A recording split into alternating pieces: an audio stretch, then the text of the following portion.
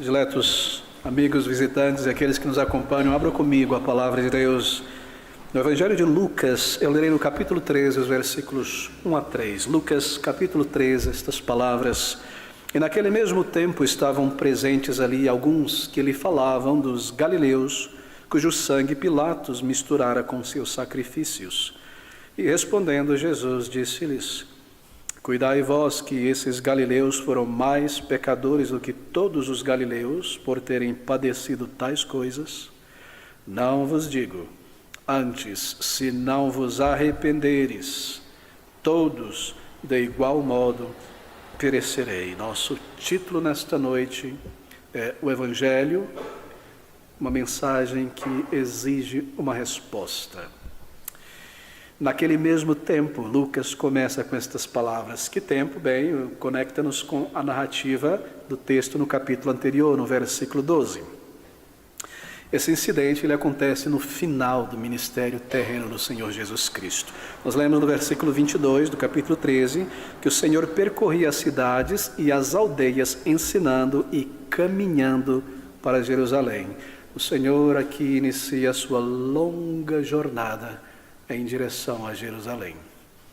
A maior parte do Evangelho de Lucas concentra-se nesses primeiros 2 anos do Senhor Jesus Cristo.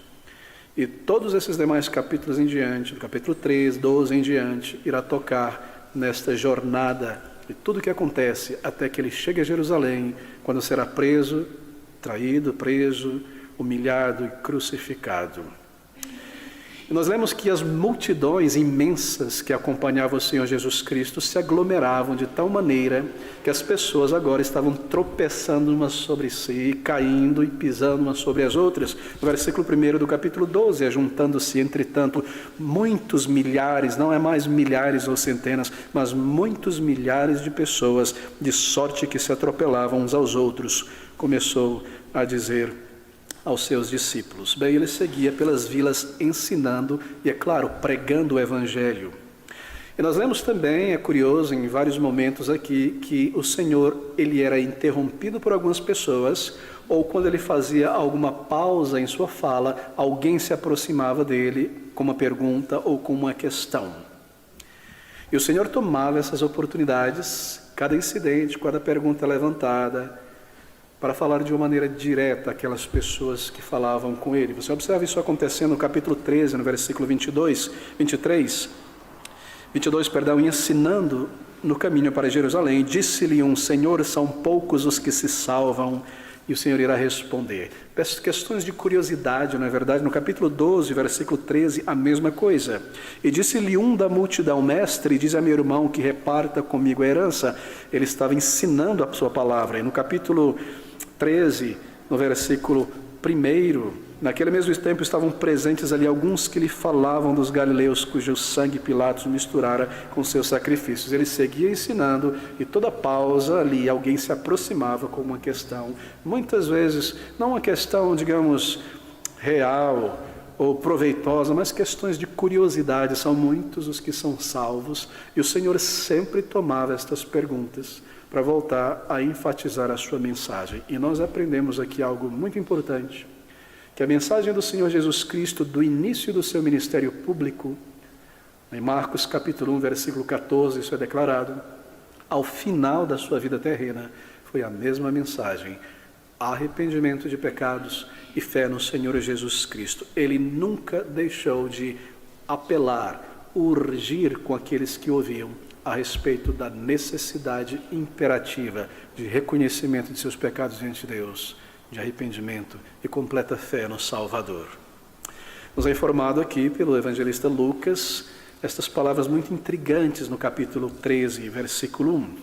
E naquele mesmo tempo estavam presentes ali alguns que lhe falavam dos galileus, cujo sangue Pilatos misturara com o dos seus sacrifícios. Bem, Lucas não nos diz nada mais a respeito deste acontecido terrível, sobre a morte desses galileus, sob Pôncio Pilatos.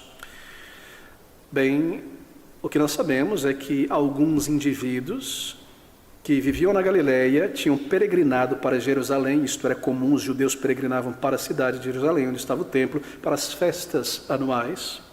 e que em uma determinada ocasião estes galileus estavam oferecendo seus sacrifícios ao Senhor e foram arrebatados de surpresa por Pilatos e seus soldados. Enquanto sacrificavam, eles próprios foram assassinados ali, e é neste sentido que o sangue deles é misturado com o sangue do sacrifício que eles estavam ali oferecendo, e é tudo que nós sabemos a respeito disso. Em outras palavras, eles foram ali para sacrificar, mas o seu próprio sangue foi misturado ali com aqueles sacrifícios. Nós não sabemos por que Pilatos fez isso, não transparece no texto, mas nós sabemos que neste período, Pilatos e Herodes não eram amigos. E Pilatos, ele conduzia e governava a parte sul de Israel, a Judéia, para os romanos, e Herodes a parte norte. E talvez, por conta da vinda desses cidadãos, assim por dizer, do norte de Israel para Jerusalém, ele se aproveitou para mostrar sua indignação contra Herodes, matando estes galileus. Os galileus eram reconhecidos no tempo de Jesus como criadores de problema. Um grupo revoltoso, sempre envolvido em debates, em insurreições contra os romanos. E assim, Pilatos toma esta oportunidade. E é neste contexto, o Senhor tinha terminado de ensinar a sua palavra no capítulo 12, ele faz uma pausa, talvez, e estas pessoas se aproximam dele para lhes dizer isso. Mas por quê? Bem, talvez porque eles estavam ansiosos que o Senhor Jesus Cristo soubesse disso, aquela ansiedade natural que há em algumas pessoas de ser o primeiro a trazer a nova fofoca.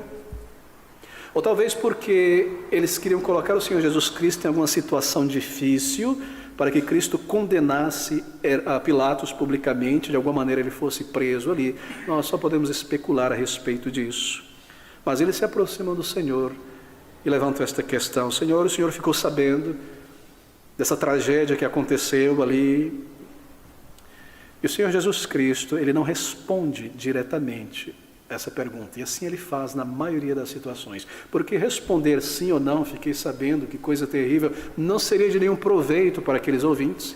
Assim como responder aquela outra pergunta, são muitos os que são salvos, também não seria de nenhum proveito contabilizar e responder àquela pessoa quantos entram no céu. Mas ele toma este questionamento e ele dá a resposta à pergunta que de fato eles deveriam ter feito. E a resposta do Senhor Jesus é esta. E respondendo Jesus disse-lhes, cuidai vós que esses galileus foram mais pecadores do que todos os galileus por terem padecido tais coisas. Essa era a mentalidade judaica religiosa. Se alguém sofre uma calamidade repentina, é morto e de uma maneira trágica como essa, certamente Deus está pesando a sua mão sobre essa pessoa.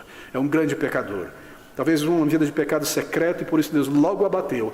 Essa era a mentalidade dos amigos de Jó, você se recorda? Jó, certamente você tem pecados secretos em tua vida, por isso Deus está tratando você assim. Sim, Deus lida com o pecador, mas essa era a mentalidade de pessoas que se auto-justificavam por ver que com eles e suas famílias nada terrível aconteceu. E o Senhor então responde desta maneira. E respondendo Jesus, disse-lhes, cuidai vós que esses galileus foram mais pecadores do que todos os galileus por terem padecido tais coisas. Não vos digo. A resposta do Senhor é muito clara, aqui está o Evangelho. Ele toma a oportunidade, volta-se àqueles indivíduos e diz para eles que no lugar de se preocupar com os outros e a morte trágica que eles passaram, eles deveriam estar se preocupando agora com a sua própria condição diante de Deus. E o ponto que ele está levantando aqui é este. Quando vocês se deparam com a morte de alguém, quando nós nos deparamos com a morte de alguém, esse sentimento, esta visão, este momento deveria nos levar a pensar sobre a nossa morte. Cuidai vós, que eles foram piores do que qualquer outros, mas eu vos digo que se não vos arrependeres, o final também será trágico para vocês. Terminar os meus dias como um pecador não perdoado e cair nas mãos de um Deus santo.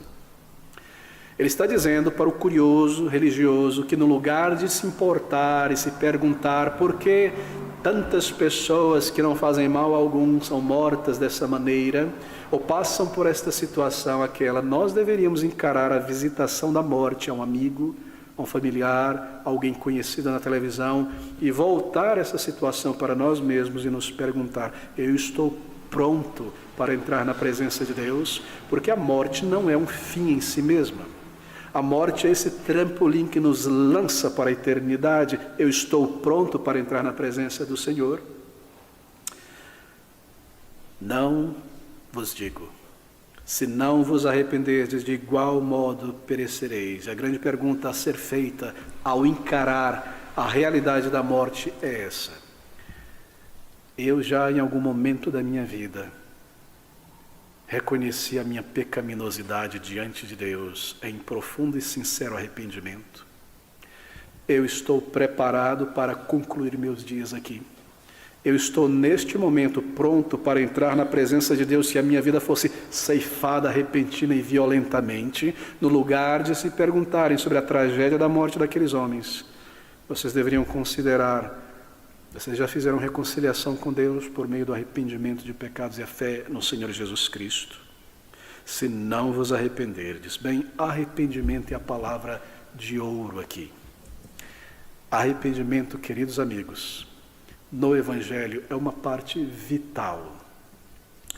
Algumas pessoas se ressentem deste comando, deste chamado ao arrependimento, sobre a necessidade de se arrepender de pecados. E elas dizem, talvez não verbalizam, mas dizem, e muitos verbalizam na verdade, eu vim aqui nesta igreja para ouvir uma palavra sobre Deus, sobre como Ele me ama e o plano maravilhoso e as bênçãos que Ele tem para a minha vida, mas eu vim ouvir sobre essas coisas negativas, arrependimento, que eu sou um pecador e que eu preciso de... Isso não é para mim, pregue isso aí para outra pessoa, eu já creio em Deus, eu vim buscar as minhas bênçãos. Muitas pessoas se ressentem ao ouvir sobre isso.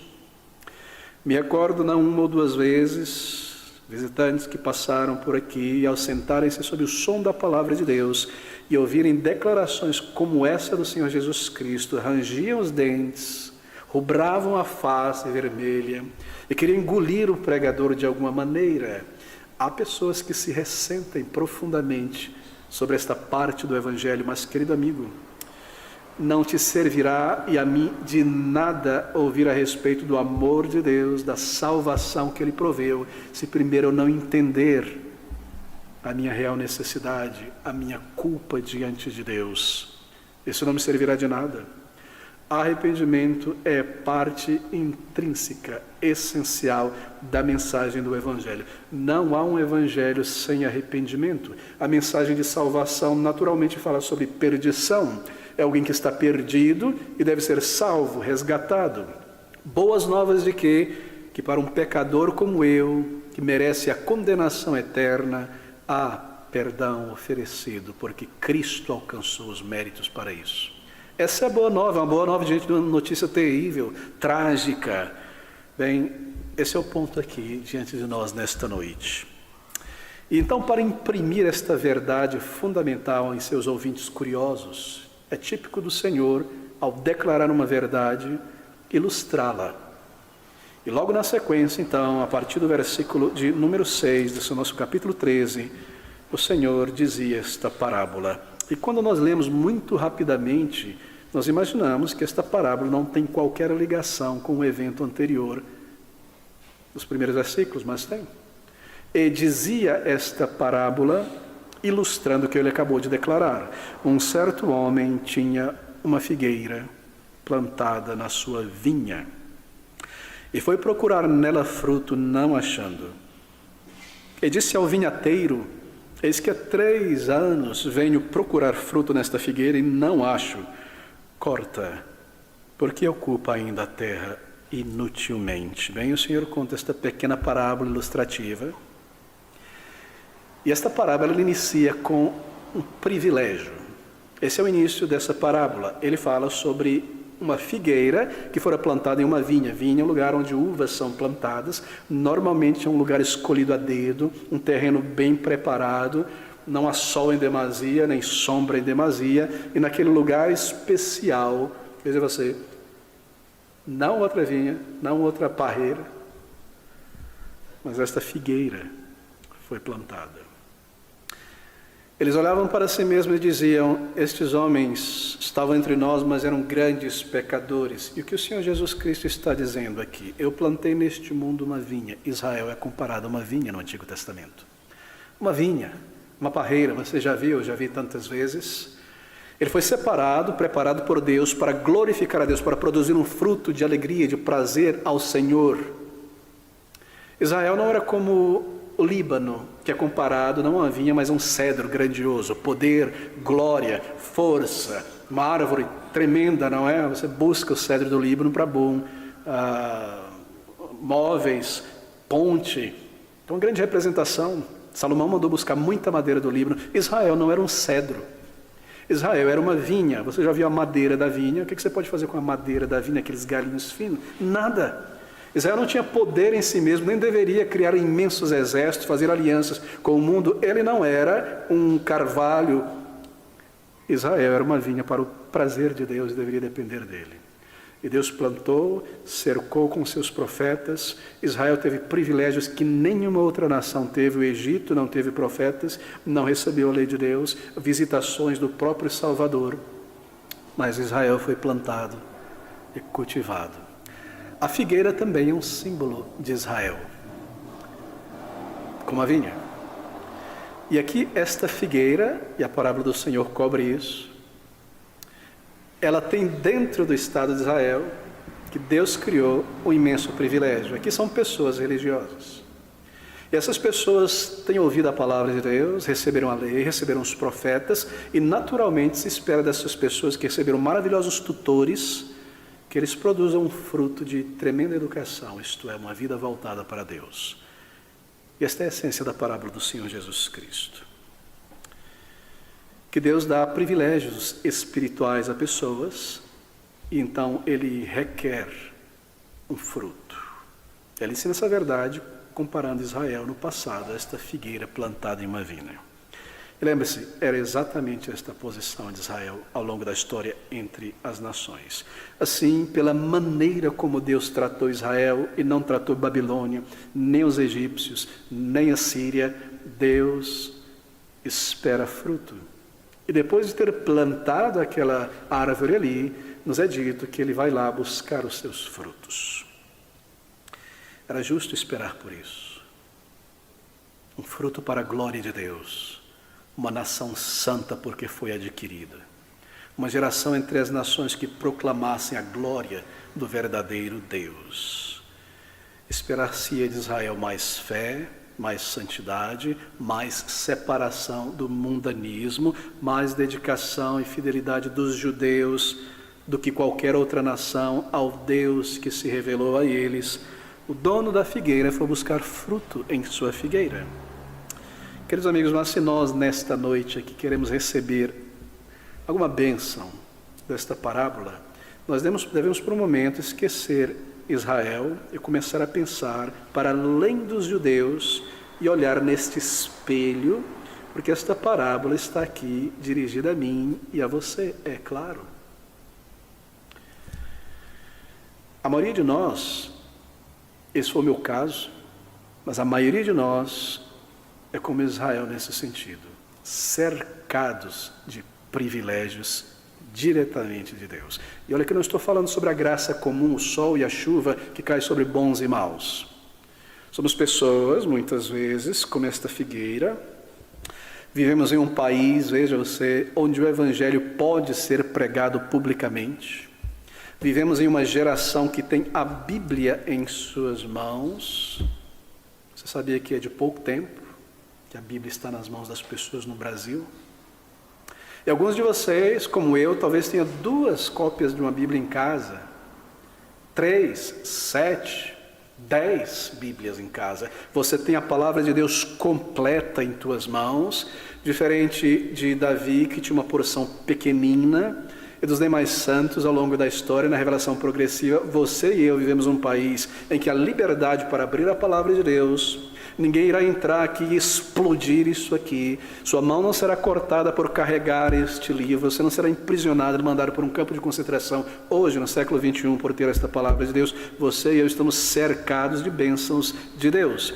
Se você pegar um avião e viajar poucos quilômetros daqui ao norte, fora do Brasil, há regiões em que, se você se declara um cristão, você será sequestrado, preso, morto. Se você cruzar em poucas horas este oceano, você está em perigo de vida por se declarar um crente em Jesus Cristo. Mas este pedaço de terra aqui é como uma vinha, e você e eu temos imensos privilégios diretamente dados por Deus, que nós não vemos agora em outras nações, que no passado já tiveram.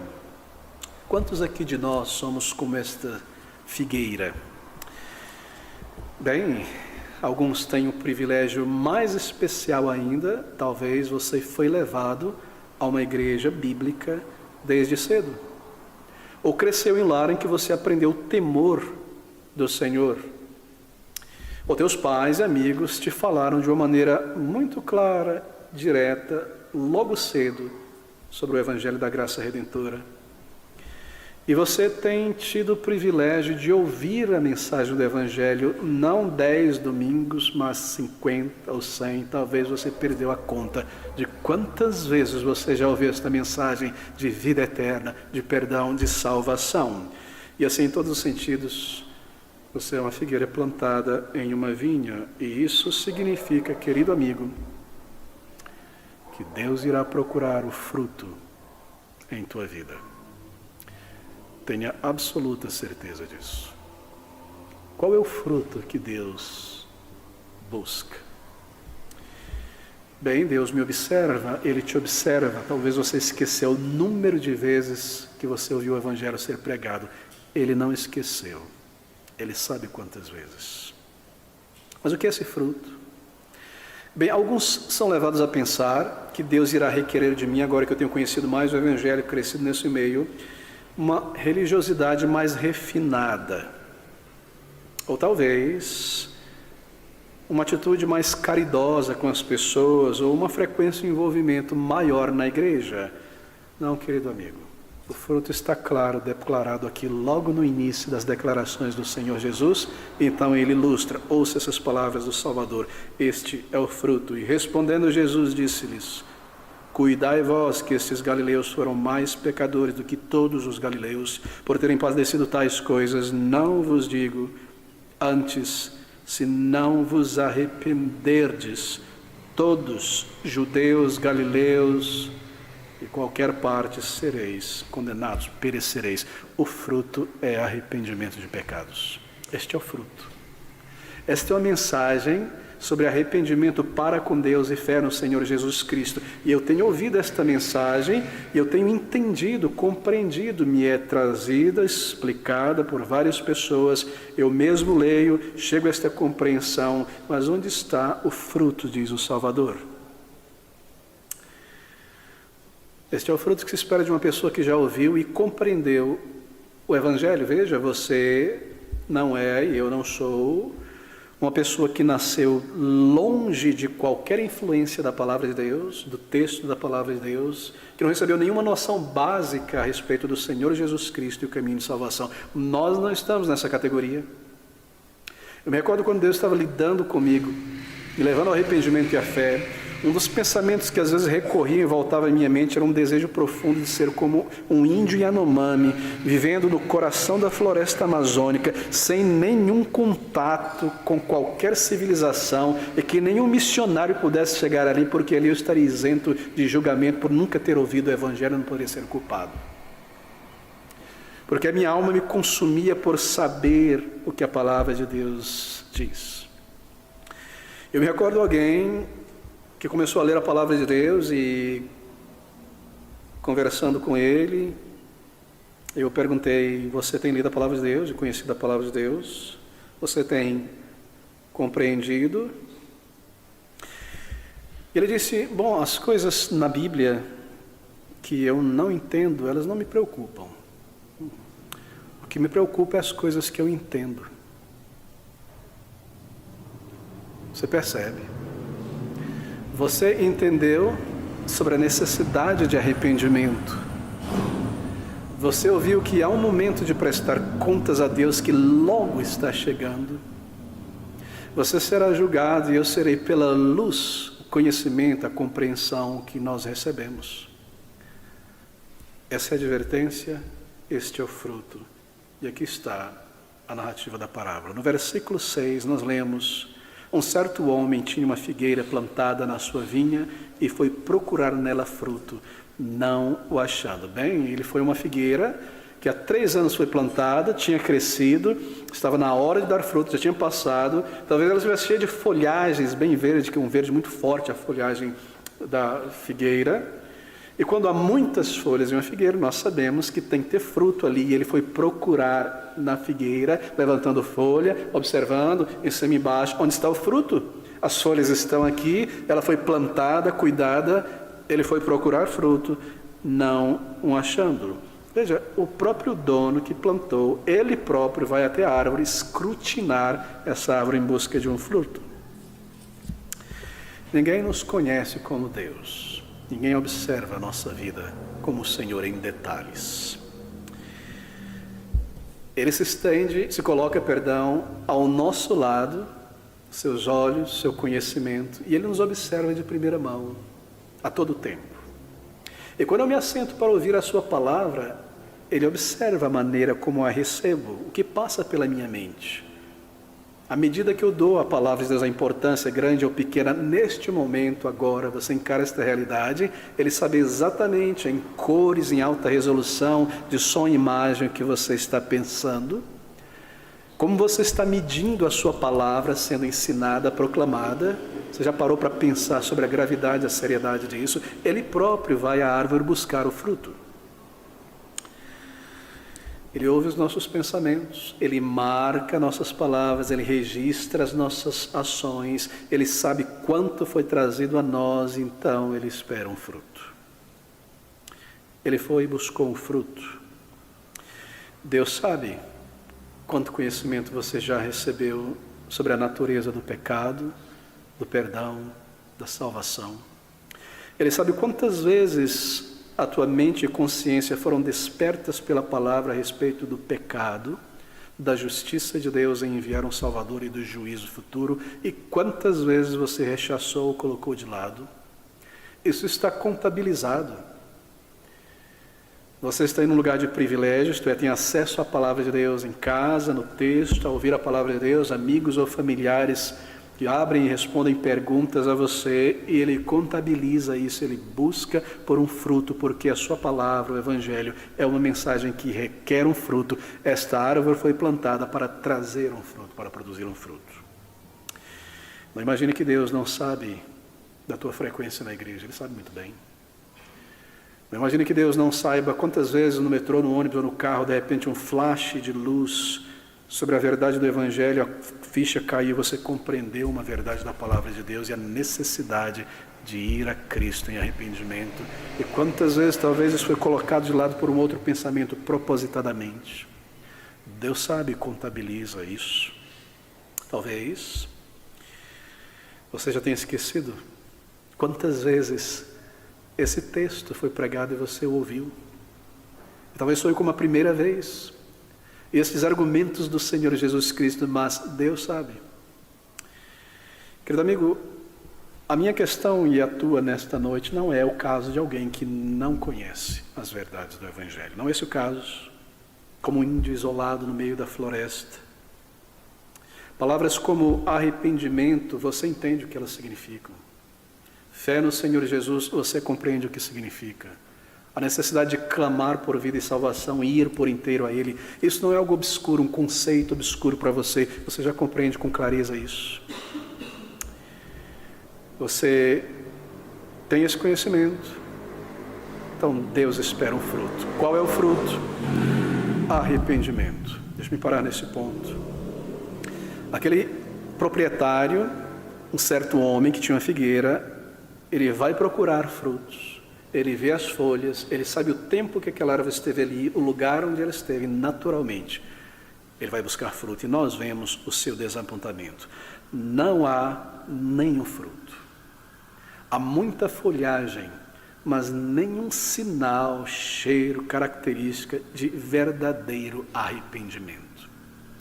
Há muito envolvimento com o louvor, com a música. A pessoa aprendeu muito bem a linguagem de Sião, o vocabulário evangélico, sabe responder bem às perguntas que se espera ouvir, mas não há um fruto que prove que houve arrependimento. Tanto tempo sob o som do Evangelho da graça redentora, e o verdadeiro fruto que se espera, encarar os meus pecados, clamar a Deus em profundo e sincero arrependimento, nunca aconteceu em minha vida. Essa imagem aqui, tremendo desapontamento. Mas observe então a grande, imensa paciência de Deus neste versículo 7. Ele é representado aqui como o homem proprietário. E disse ao vinhateiro, aquele que cuidava da vinha: eis que há 3 anos venho procurar o fruto nesta figueira. Não foi a primeira vez. E não acho. Corta, porque ocupa ainda a terra inutilmente. 3 anos, bem, não 3 anos literais, mas aqui é utilizado na parábola um número completo. Um tempo perfeito, completo de exame, de observação foi dada, nada menos do que isso. Esperou-se chegar às estações, passar o clima frio, o clima quente, 1, 2, 3 vezes as estações da vida desta planta. Ao longo dela, ela foi cuidada e ela foi verificada por frutos e nada. Quantas vezes você, querido amigo, que conhece o Evangelho, que entende o Evangelho, teve a tua vida poupada por Deus? Eu posso olhar para a minha própria vida e lembrar muitas circunstâncias em que Deus preservou a minha vida da morte. Eu me recordo de acidentes de moto, quando eu dirigia a moto, poderia facilmente ter batido a cabeça no meio-fio.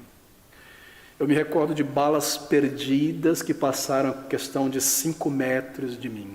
Eu me recordo de remédio errado tomado. Eu me recordo de acidente de ônibus, quase caindo pela janela, uma cicatriz imensa nas costas. Eu me recordo de muitas coisas. Quantas vezes Ele me poupou a vida, enquanto eu ouvia o Evangelho semana após semana, e me mantinha em meus pecados, embora indo à igreja, e sendo regado pela palavra de Deus. Você pode contar isso em tua mente, quantas vezes, quantos anos. Assim, Deus ele está apelando, Ele está raciocinando com você, comigo. E é isso que a parábola está fazendo aqui. Semana após semana, Ele intervém em minha situação, Ele mostra a bondade, Ele mostra que está pronto a perdoar e receber. Ele envia mensageiros vários que falam sobre a morte, sobre a vida com Deus, sobre salvação que é real, pecados que podem ser perdoados por Ele. A grande paciência de Deus, a imensa paciência de Deus. E a razão por que nós não fomos consumidos ainda, porque Deus não fechou a torneira do ar que nós estamos respirando, que pertence a Ele, Ele faz se renovar a cada dia, porque Ele não negou que este ar entre nossas narinas, é por causa do Senhor Jesus Cristo. Aqui está o versículo 8 ilustrando isso. E respondendo ele, o vinhateiro, disse: Senhor, deixa a este ano até que eu escave em redor e a esterique. Que é a mesma coisa de dizer, ele enviou seus servos, outros servos e outros servos, para buscar o fruto daquela terra lavrada, e mataram todos, e por fim enviou seu próprio filho.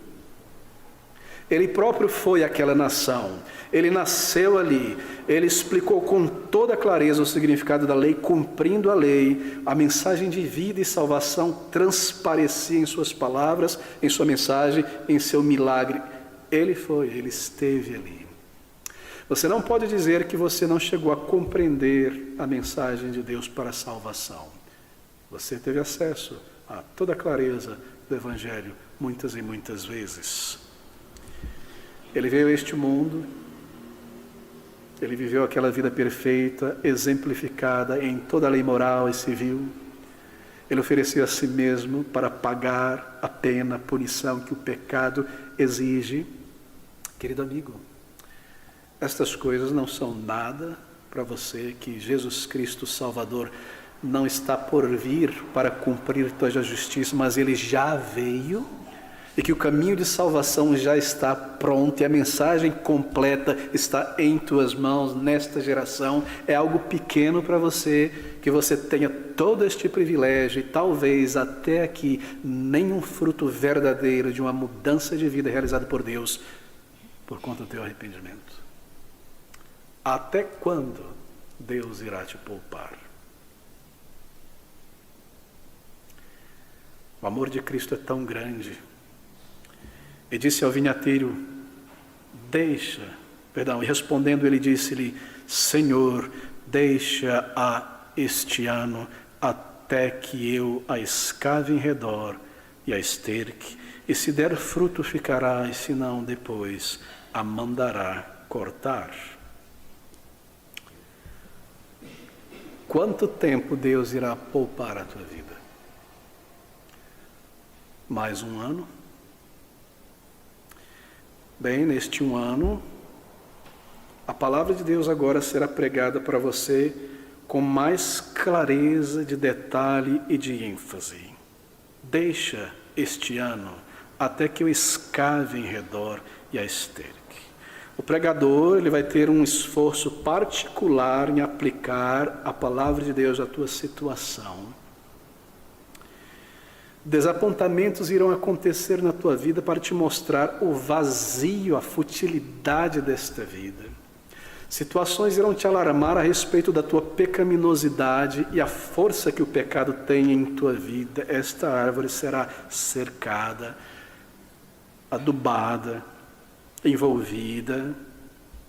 Deus irá tocar em sua consciência de uma maneira muito mais clara, aguda a respeito da urgência de clamar por vida e perdão. Talvez a morte entre na família e pessoas partam e você seja levado a esse limiar da vida e da eternidade para parar e considerar que o meu momento irá chegar e eu irei partir também para a presença de Deus. Realismo espiritual irá cair sobre você mais e mais e mais e mais intensamente do que nos últimos anos. Esta árvore será com especial cuidado, estercada, escavada em redor, os espinhos serão tirados. Quantos anos Deus ainda irá poupar? Mais um ano? Um pouco mais? 5 anos? 5 meses? Ouvindo a palavra, sendo tocado na consciência, talvez 2 semanas. A que ponto você está desta advertência do Senhor? Tendo ouvido e tendo permanecido sem verdadeiro arrependimento. O que é esse arrependimento de acordo com a palavra de Deus? Verdadeiro arrependimento envolve 4 coisas, pelo menos. A primeira delas está aqui. O arrependimento, segundo a Bíblia, é uma convicção clara do meu pecado diante de Deus. Esse é um arrependimento para com Deus. Não é um arrependimento geral pelos meus erros e muitas falhas, é um reconhecimento que eu sou culpado diante de Deus, que o meu pecado foi contra Deus. Arrependimento envolve isso. Verdadeiro tristeza na alma. Eu pequei contra a voz da consciência, eu sabia que o que eu estava fazendo é contrário à santidade de Deus e à lei de Deus milhares de vezes. Arrependimento envolve esse reconhecimento. Contra ti, Senhor, pequei e me afastei mais de ti. As minhas mentiras, todas elas foram faladas diante de ti porque o Senhor escrutina a minha vida. Quando eu pequei contra o Senhor daquela maneira, tão suja, o Senhor estava ali, diante de ti, pequei e fiz o que é mal à tua vista. É a confissão de Davi. Arrependimento envolve este senso de vergonha, de culpa. Eu sou culpado, fui eu sou culpado. Toda a minha vida diante do Senhor. E arrependimento envolve um reconhecimento de que eu não apenas cometi este grande pecado, mas quando eu paro para pensar, eu vejo que de fato eu sou um pecador. que as minhas mentiras, elas na verdade foram pecados diante de Deus. Que as coisas e as desculpas que eu falei para enganar alguém, para ludibriar alguém, foram pecados diante de Deus. E que aquilo que eu fiz, eu convenci a mim mesmo que não feriu, não machucou ninguém, foi só eu, meu corpo, nada, minhas coisas, isso foi pecado diante de Deus. Arrependimento envolve isso, um reconhecimento que eu não apenas erro, falho, mas que eu sou um pecador. Não é que eu não sou um pecador, eu apenas falho, é que as minhas falhas são resultado do meu coração pecaminoso. É um reconhecimento da natureza e da necessidade de ser transformado, mudado por Deus. Em terceiro lugar, um verdadeiro arrependimento é acompanhado por verdadeira tristeza pelos meus pecados. Não é um simples reconhecimento frio, intelectual, mas envolve vergonha, tristeza, me leva à contrição diante de Deus, me faz ver aquilo que eu sou, me faz ver aquilo que eu mereço, me faz ver aquilo que está vindo e que Deus é justo em me punir e me lançar no inferno, porque Ele é santo e eu fui contra a sua glória, contra a sua santidade, pisei sobre a voz da consciência, eu mereço ser julgado desta maneira. Arrependimento envolve este reconhecimento de culpa e de merecimento da justiça de Deus. E por fim, arrependimento levará você a realizar algo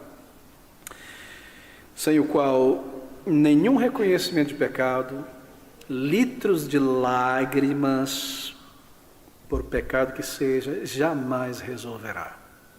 O arrependimento, envolvendo estas coisas, por fim, me levará a confessá-los a Deus.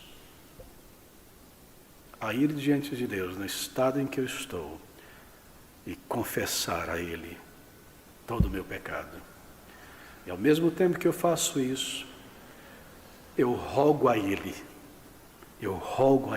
clamo a Ele, porque é um desejo profundo em mim de não ser mais essa pessoa ofensiva a Deus, de não ser mais esta árvore morta, estéril, um pecador, rebelde e alienado com Deus. Eu sinto o meu pecado, a minha culpa e a minha vergonha, e ao mesmo tempo eu quero ser mudado, transformado, liberto disso. Arrependimento envolve isso.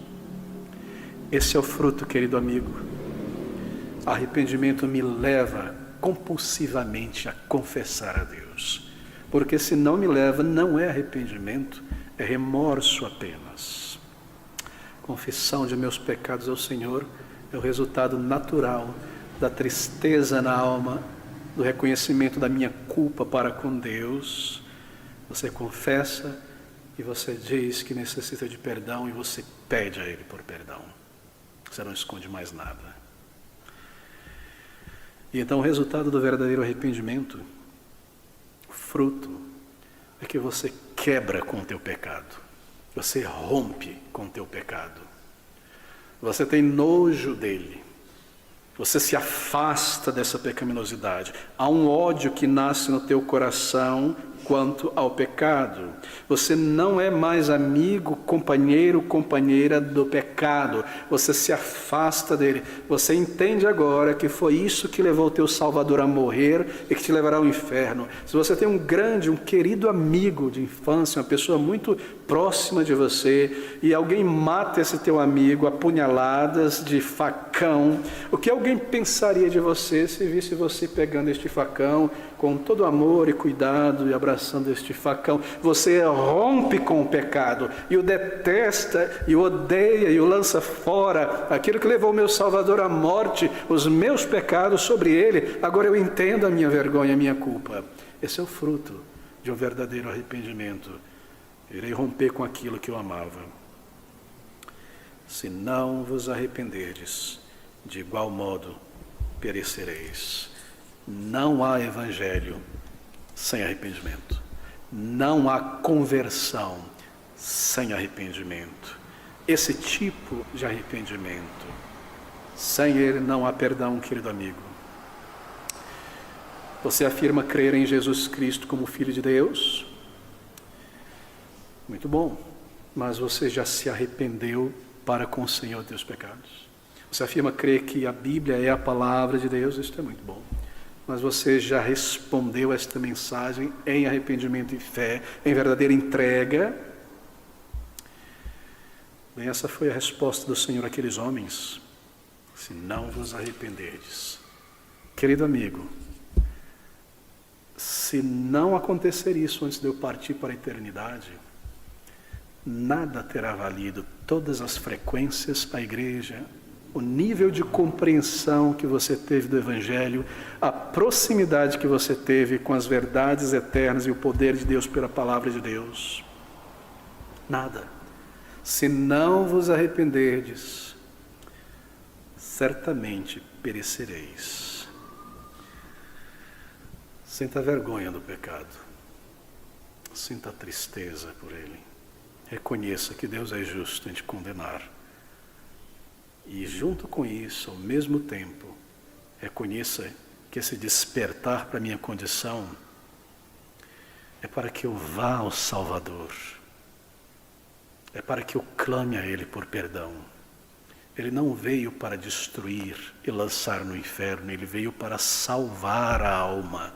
Reconheça isso mesmo na vergonha e no temor e vá ao Senhor em verdadeiro, completo arrependimento e peça a Ele, peça por vida, por perdão. E Ele que está aqui e lê o teu pensamento e o meu, verá a sinceridade desse arrependimento e te dará uma resposta de paz, de acordo com a tua resposta à mensagem do Senhor. Uma nova vida, uma vida transformada e a vida eterna.